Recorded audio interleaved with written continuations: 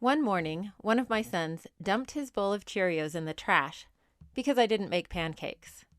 The next week, on Pancake Day, he refused to eat them because he wanted Cheerios, and we didn't have any left. I wonder why we ran out. I was horrified and furious. I had been putting all this effort into making them nice, healthy breakfasts, and instead of feeling grateful, he felt entitled. I had a spoiled brat on my hands. My greatest fear. This is the How She Moms podcast, where we talk about how different moms solve the same problems. I'm Whitney Archibald, a mother of 5 kids myself. I collect ideas so you can pick and choose what works for you and your family. Today, we're going to talk about that big, ugly word, entitlement. I'll start out with a quote by Dave Ramsey, financial guru and author of Smart Money, Smart Kids. He says, when you give them the stuff without giving them the character to carry it, all those things you think are blessings actually pile up on your kids' backs and cripple them. I loved this quote, and it's a good start for this discussion we're going to have about entitlement. So going back to my story in the intro, after the horror and fury subsided from his Cheerio dumping incident, I was just sad. We had fallen into the entitlement trap. And as frustrating as this experience was, it was a good wake-up call for me. I'm a pretty frugal person, and my kids see me being frugal. We give modest Christmas and birthday gifts. I buy used school uniforms. I don't buy the things they beg me for at the store, and I rarely go shopping for anything other than food, really. But I realized I don't spend enough time talking about these financial decisions with my children and making them aware of the decisions I'm making. I also don't talk enough about what things cost. So, after the Cheerio pancake incident, I gave my son the starving children lecture, and then I made beans and rice for dinner that night, and I instituted a new rule. If the kids complained about a meal or didn't show gratitude for the meal by helping me clean up, the next meal would be beans and rice. We have had this modest meal several times since. I also sat down at the computer with my children and showed them my meal budget. They were blown away at how much groceries cost. With the older kids, I then went through some utility bills and talked about what a mortgage is. It was a great start for the ongoing conversations about money that I now realize I need to be having with all of my children. Entitlement is a first world problem. And it's actually an embarrassing problem to admit because it sounds like we're whining about our good fortune. But just because we're embarrassed that we spoil our children doesn't mean we should ignore the fact, nor should we let it persist. So I went on a quest for an antidote to the raging entitlement epidemic. I gravitated to 4 main books on the topic, though there are many more great ones out there. The first one is by Lieber. It's called The Opposite of Spoiled, Raising Kids Who Are Grounded, Generous, and Smart About Money. I'll link all these books in my show notes. The second is The Entitlement Trap, How to Rescue Your Child with a New Family System of Choosing, Earning, and Ownership by Richard and Linda Eyre. The third is Smart Money, Smart Kids by Dave Ramsey and his daughter Rachel Cruze. And the last one is one of my favorite parenting books of all time called The Blessing of a Skinned Knee by Wendy Mogel. As I was reading these books, I compiled a list of 12 things we can teach our children so they don't turn into spoiled brats. So the first lesson is to teach scarcity. The most obvious antidote for entitled kids is just to stop giving them so much stuff. I like to read my kids a book called Children Just Like Me. It's a children's book written, many years ago, about children all around the world. We look at the picture of Edgar from the Philippines and see how happy he is with the car he made out of tin cans and old flip-flops. And then we look at the countless toy cars strewn carelessly around my kids' bedrooms. I'm not suggesting we should move out of our houses and into straw huts or throw out all of our kids' toys, but we should be more mindful of how much stuff we buy for ourselves and for our kids. Lieber, author of The Opposite of Spoiled, talks about the irony of parents who complain about their spoiled children when they themselves are largely to blame. I love his quote. He said, "Spoiled by whom? Spoiled by you, Daddy-O." Even if we have the money to do so, we don't have to shower it on our children and buy them whatever they want. Doing without that new toy or phone or gaming system that every other kid their age has is a great and free lesson in scarcity. This means you have to say no sometimes and then stick to it. In the book Smart Money, Smart Kids, Dave Ramsey says, as a parent, let your yes be yes and your no be no.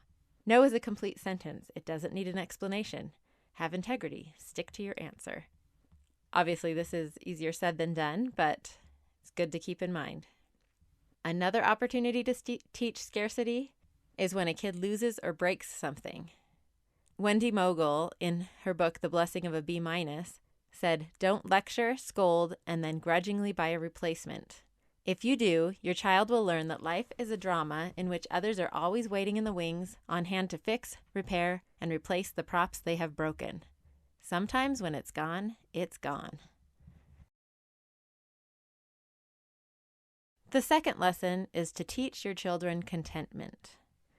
While you have a lot of control over how much your children have, you can't really control how they feel about it. You can, however, model and teach them to be content with what they have. Ramsey offers a great definition of contentment. Content people may not have the best of everything, but they make the best of everything. Never let a child utter the words, I will be happy when. Contentment isn't a destination, it is a manner of traveling. It's an attitude of peace and joy where you are, even while you are working to be somewhere else. Ramsey cautions us to watch for signs of jealousy and envy, and to teach our children to celebrate the blessings of others and develop goals to achieve similar blessings. Identifying the sources of discontent, such as peer pressure, marketing, or just our materialistic culture, can be the key to abolishing it. Ramsey suggests, find where your kids are getting the messages that cause the meltdowns and cut off the messenger, whether it's TV, the internet, video games, friends, or carpool buddies. The third thing is to teach gratitude. All 4 books identified gratitude as one of the main antidotes to entitlement. Several of the authors suggested ways to formalize gratitude routines in our houses, such as listing things we're grateful for as part of a bedtime or mealtime routine, or stopping to say a blessing on the food before we eat. Even if you're not religious, Lieber still suggests saying a routine thank you before eating, just to acknowledge that somebody put this food on the table. We can also model gratitude for our kids. Mogel says, even if we manage to get our children to stop asking for so many things, they still won't learn how to be grateful unless they see us practicing gratitude. And then Rachel Cruze, in Smart Money, Smart Kids, said that there's a difference between kids being spoiled and being blessed. If your kids recognize that everything they have represents the love and care of their parents, then you know they have the right spirit of gratitude and appreciation. They're blessed, not spoiled. The fourth thing is to teach generosity. Generosity follows nicely on the heels of gratitude. If kids are grateful for what they have, they'll want to spread the love. This can range from simple acts like donating goods or money to volunteering in the community to humanitarian service abroad. Both Lieber and Ramsey recommend that kids keep their money in 3 jars, one for spending, one for saving, and one for giving. This money is theirs, and they get to decide how to use it, including evaluating how to spend the money in the give jar.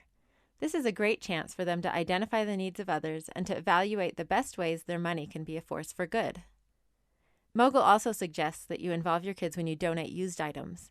Let them help you decide what to donate and research the different options of where to donate the items. Generosity extends not just to giving money and goods, but also to giving their time and talents. In their book, The Entitlement Trap, Linda and Richard Eyre talk about trips they took with their family to Bolivia and Kenya to help with local water projects. We could see their self-centered mirrors on their own lives turning into selfless windows to the wider world, they said. One of the interesting things I found in Lieber's book was a warning against voluntourism, in which teens spend a lot of money to do service far away when that money might stretch farther, closer to home. I'd never really thought about this, but he had a lot of great points here. He tells about a group of teenagers who went on a trip to Africa to build houses, but were so bad at basic construction work that everything they did had to be taken down and redone. This isn't to say that humanitarian work abroad is a bad idea for your kids. It can be a great thing, but he recommends researching it well and making sure that what you're going to be doing is actually doing some good. But I also love his point about looking closer to home at something that can be more of an ongoing service opportunity, and even building longer-term relationships with those who you serve. The fifth teaching point is giving them perspective on what is a want and what is a need. Serving and giving to others has another great side benefit. It gives kids perspective. Cruze says, when your child is focused on meeting the real needs of others through giving, it becomes harder and harder for him to focus on his wants. When they realize that someone else needs the clothes they just grew out of, that the meal they just served at the homeless shelter might be the patron's only meal of the day, or that many children don't even have clean water to drink, kids start to internalize the differences between wants and needs. Lieber says that by as early as age 5, kids are ready to reckon with the framework that ought to govern a lot of their spending for the rest of their lives: wants and needs and knowing the difference. So he encourages parents to actually sit down with your kids and help them make a list of wants and needs and then discuss them together. Mogel has a list of her own. These are the things that she says children are actually entitled to: respectful treatment, healthful foods, shelter from the weather, practical and comfortable clothing, yearly checkups at the pediatrician and the dentist, and a good education. Everything else is a privilege. The sixth antidote to entitlement is hard work. There's controversy about whether you should pay kids for doing their regular chores, which I discussed in depth in my post, The Great Allowance Debate, on my blog. But most parents at least offer opportunities for kids to earn money by doing extra chores. A realistic wage for work helps them understand the value of money, but it also teaches them the value of work. Cruze says raking leaves, cleaning the house, or being responsible for feeding the pet creates a sense of accomplishment, the sense that they actually did something they can feel good about. Ramsey's addition to this topic made me laugh. He said another huge benefit of teaching a child the wonder of work is that she will tend to lose respect for people who refuse to work. Why is this good? It is good because you want your daughter to marry Mr. Right, not Mr. Lazy. We noticed quickly that our daughters and our son didn't pursue relationships with people who didn't know how to work. This is great news because someday you may have grandkids, and you want both of their parents to be productive so your grandkids get to eat. The seventh lesson is ownership. According to Richard and Linda Eyre, authors of The Entitlement Trap, the best thing you can do to combat entitlement is to teach your kids the concept of ownership. They say, ownership is the lever that can spring kids out of the entitlement trap and motivate them to work for and earn what they want, to take care of things, to fight through difficulty, to face up to their problems, and to decide for themselves what they want from life. To really own something, children have to work for it. Parents can give them the opportunity to own their own money by working and then own the choices of how they spend it. If they don't feel like they own it, they won't work for it or take care of it. And owning money and material possessions is just the beginning. The Eyres argue that once kids understand this first level of taking responsibility, the concept of ownership extends to their own values, decisions, goals, bodies, education, and relationships. Okay, number 8 is a hard one: patience. Once they start earning money and figure out how it works, money is a great tool for teaching children patience and delayed gratification. Cruze suggests instituting an overnight rule, even for yourselves. If you find something you want to buy, wait and see if you still want to spend your money on that item the next day. If you know Dave Ramsey and his daughter at all, you will not be surprised that they are adamant about not letting your kids go into debt for a purchase. They have a no-loan policy for their children with no exceptions. This is a great lesson to teach children at a young age. Cruze says, you're a lot more cautious about a purchase if you take the time to actually save up and pay cash for it. When this happens, you're learning delayed gratification. Lieber adds, with enough practice, our kids can develop the kind of restraint that will keep them out of trouble, while still allowing them to spend plenty of money on the things that give them the most joy. The 9th lesson we can teach our children is thrift, how to make their money stretch. Lieber suggests teaching them frugal practices like using coupons, shopping at the dollar store, and buying used goods. He came up with a great system to teach kids about the relative costs of different brands. I talked about this a little bit in my podcast about teaching kids about money. He draws a horizontal line with the word need on one side and want on the other. On the need side, he writes the cost of a discount brand of a specific item. On the far right, he writes the price of the most expensive name brand. Then he and his wife make a vertical line in the middle at how much they're willing to spend on that item. They call this their Land's End line because it means that that's about the price that it would cost to buy the item at Land's End, which Lieber defines as a suitably mid-priced merchant that sells quality clothing. So anything to the right of this Land's End line is a want, and anything to the left of it is a need. If his daughter wants to go over the Land's End line and buy something more expensive, she has to pay the difference with her own money. I thought that was a great idea and a good compromise between what we pay for and what we expect our kids to pay for. The 10th antidote to entitlement is consequences.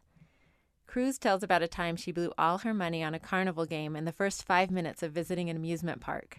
Her parents didn't bail her out and give her more money to spend.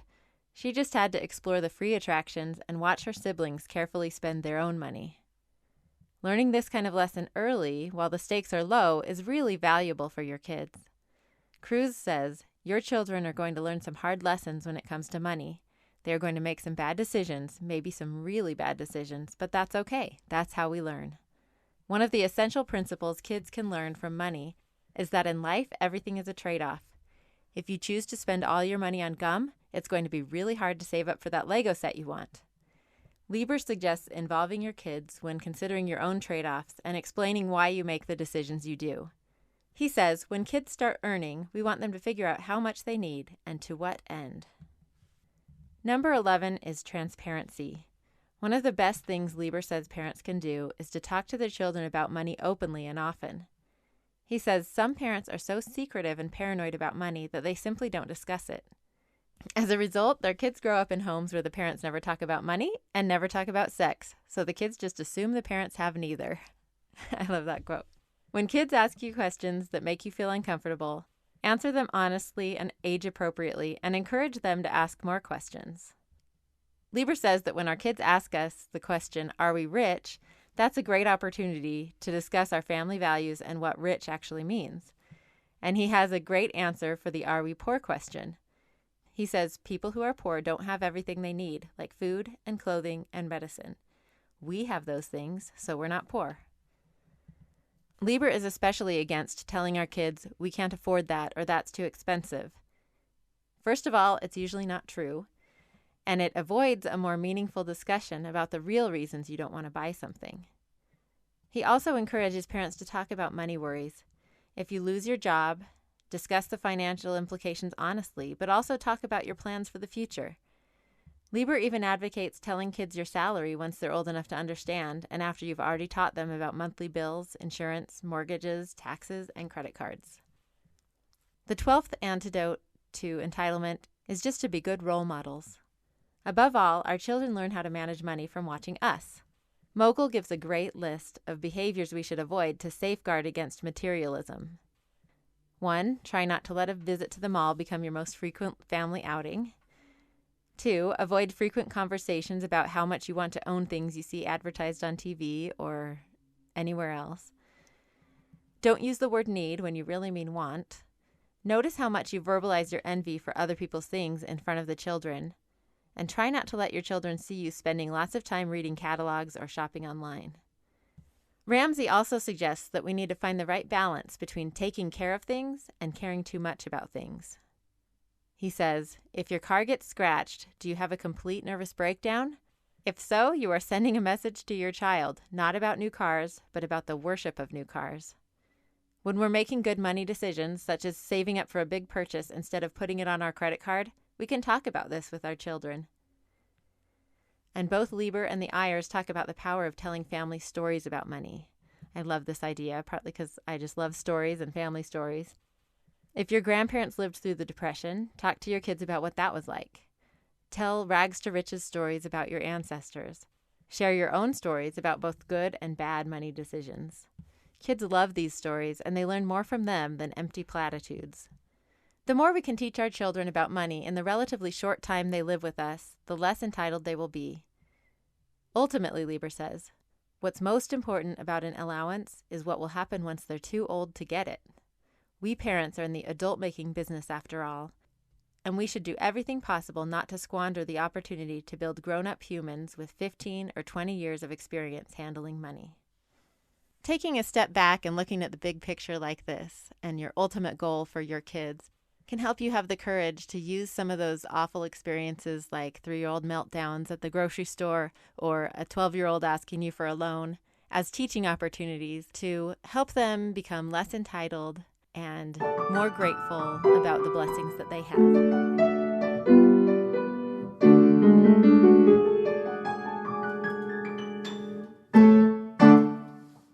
Thank you for listening to the How She Moms podcast. I'd love to find out how you mom.